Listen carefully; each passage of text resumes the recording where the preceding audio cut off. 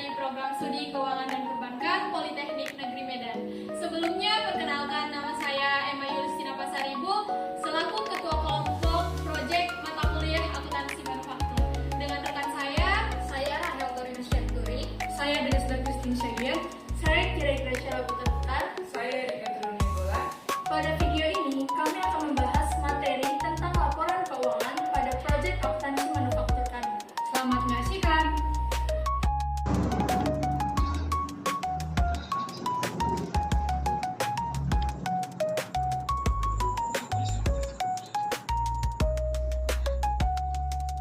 Pada saat ini kita sedang membahas tentang laporan keuangan berdasarkan saetap.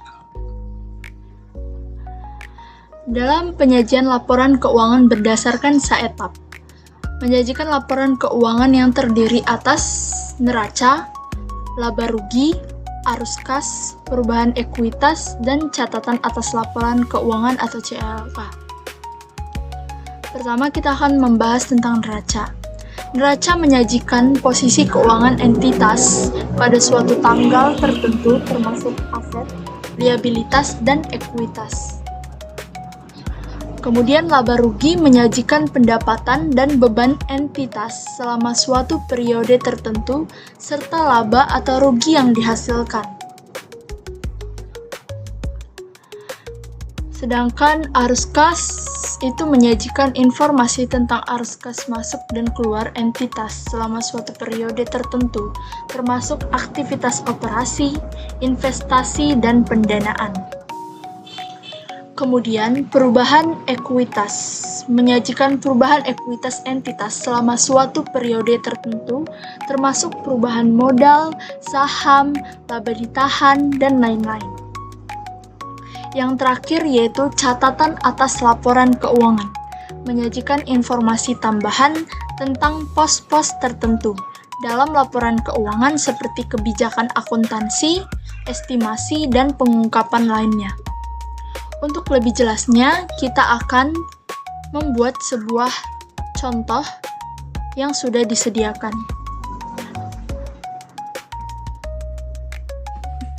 Untuk lebih memahami tentang laporan keuangan saetap, kita akan melihat contoh berikut. Pertama, kita akan mengidentifikasi transaksi terlebih dahulu. Berikut transaksinya. Nah, kemudian setelah transaksi tersebut, ada beban penyusutan aset tetap pada bulan ini, yaitu peralatan sebesar Rp45.123.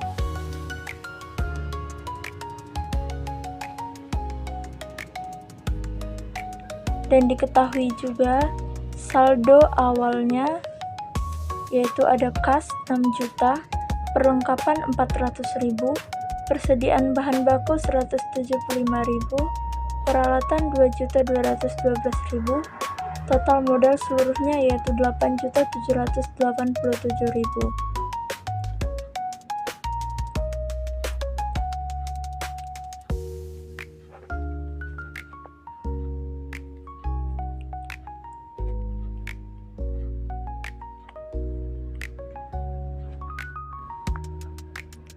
Kemudian kita akan langsung ke laporan laba rugi pertama.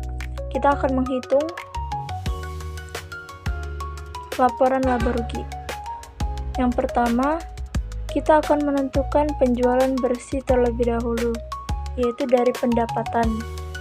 Pendapatannya antara lain penjualan 16.464.000 dikurangi retur penjualan, dikurangi potongan penjualan, sehingga penjualan bersih didapatkan yaitu 16.464.000. Kemudian,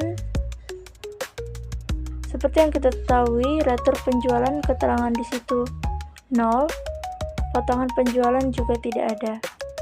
Jadi penjualan bersihnya yaitu 16.464.000. Lalu kita akan menentukan harga pokok penjualan. Harga pokok penjualan yaitu persediaan awal barang jadi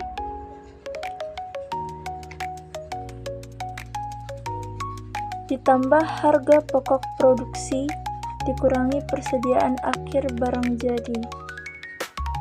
Total dari harga pokok penjualan yaitu 6.545.123. Untuk mendapatkan, kemudian kita akan menghitung laba kotor. Untuk mendapatkan laba kotor, kita akan menghitung penjualan bersih dikurangi harga pokok penjualan. Kemudian dapat laba kotornya yaitu 9.918.877 rupiah. Kemudian laba kotor tersebut dikurangi dengan beban-beban. Total beban-beban. Beban-beban berikut antara lain beban gaji bagian penjualan 2 juta, beban air dan listrik 100.000, beban perlengkapan 194.000. Sehingga laba kotor dikurangi total beban 9.918.877 dikurangi 2.294.000. Laba bersihnya yaitu 7.624.877 rupiah. Sehingga kita akan lanjut ke laporan perubahan modal.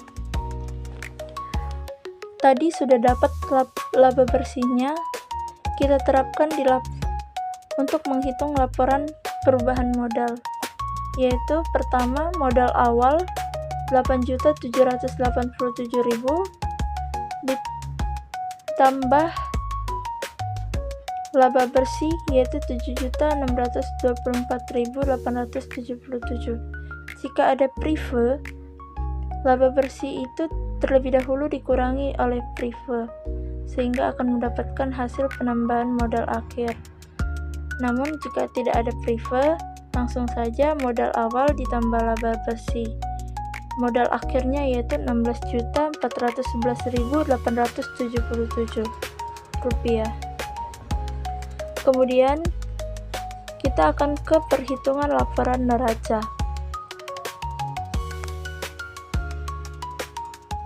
Pertama, kita akan menghitung sisi harta. Sisi total harta dan sisi di sebelah kiri yaitu total harta, di sebelah kanan yaitu total modal. Nah, kedua ini harus balance. Jadi pertama kita akan menghitung harta dulu, yaitu harta lancar. Kas yaitu 12.699.550 rupiah ditambah perlengkapan 1.545.450 rupiah, sehingga total harta lancarnya yaitu 14.245.000. Kemudian harta tetapnya yaitu peralatan sebesar 2.212.000 dikurangi akumulasi penyusutan peralatan yaitu 45.123, sehingga dapat total harta tetapnya yaitu 2.166.877 rupiah. Sehingga total hartanya seluruhnya, harta lancar ditambah harta tetap yaitu 16.411.877 rupiah. Kemudian kita ke sisi kanan yaitu kewajiban dan modal. Kewajiban yaitu hutang dagang dengan hutang gaji ditambahkan sehingga mendapatkan total kewajiban. Namun di situ tidak ada transaksi atau tidak ada hutang dagang atau hutang gaji, sehingga total kewajiban 0. Modal yaitu 16.411.877 rupiah. Seperti yang diketahui, modal akhir yaitu 16.411.877 rupiah. Sehingga total modalnya yaitu 16.411.877 rupiah. sehingga total harta dan total modal dalam laporan neraca yaitu balance harus sama. Kemudian kita akan ke perhitungan laporan arus kas. Arus kas dari aktivitas operasional. Arus kas masuk dikurangi arus kas keluar. Untuk mendapatkan total arus kas dari aktivitas operasional, yaitu arus kas masuk dikurangi arus kas keluar. Yang pertama kita akan menentukan arus kas masuk, yaitu dari penerimaan penjualan 16.464.000 rupiah. Jadi total arus kas masuk yaitu 16.464.000 rupiah. Dikurangi arus kas keluar. Apa saja arus kas keluarnya? Yaitu pembayaran pembelian bahan baku 4.725.000, pembayaran pembelian perlengkapan 1.145.450, upah tenaga kerja langsung 1.600.000, beban gaji bagian penjualan 2 juta, beban air dan listrik 100.000, beban perlengkapan 194.000, sehingga arus kas keluar yaitu 9.764.450, dan akan dikurangi yaitu arus kas masuk 16.464.000 dikurangi arus kas keluar 9.764.450, sehingga total arus kas dari aktivitas operasional yaitu 6.699.550. Kemudian kas yang berasal dari kegiatan investasi. Kas yang berasal dari kegiatan investasi yaitu arus kas masuk ditambah arus kas keluar. Total arus kas dari kegiatan investasi itu ditambah dengan arus kas dari aktivitas pendanaan, arus kas masuk, arus kas keluar, sehingga total arus kas dari aktivitas pendanaan. Namun, kas yang berasal dari kegiatan investasi dan arus kas dari aktivitas pendanaan 0 rupiah. Sehingga arus kas saat ini yaitu 6.699.550 ditambah arus kas awal 6 juta, sehingga mendapatkan arus kas akhir yaitu 12.699.550. Arus kas akhir yaitu 12.699.550 sama dengan laporan neraca tadi. Total harta kasnya dalam harta lancar yaitu 12.699.550, sehingga sama totalnya. Kemudian kita ke laporan ke CALK atau catatan atas laporan keuangan. Dalam CALK terdapat beberapa informasi tambahan atau pengungkapan laporan keuangan lain-lainnya, yaitu dimulai dari kegiatan hingga risiko-risiko yang dihadapi. Antara lain yaitu 1. Informasi umum. Itu menjelaskan tentang sebuah perusahaan atau usaha yang membuat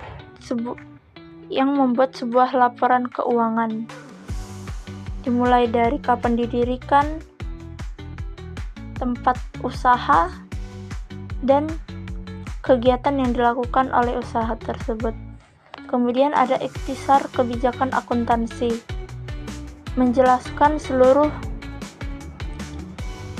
bagian-bagian dari laporan keuangan, laporan harga pokok produksi, laporan laba rugi, laporan perubahan modal, laporan neraca, laporan arus kas, kas dan setara kas, dan juga ada perlengkapan, persediaan bahan baku, peralatan, modal, dan penjualan.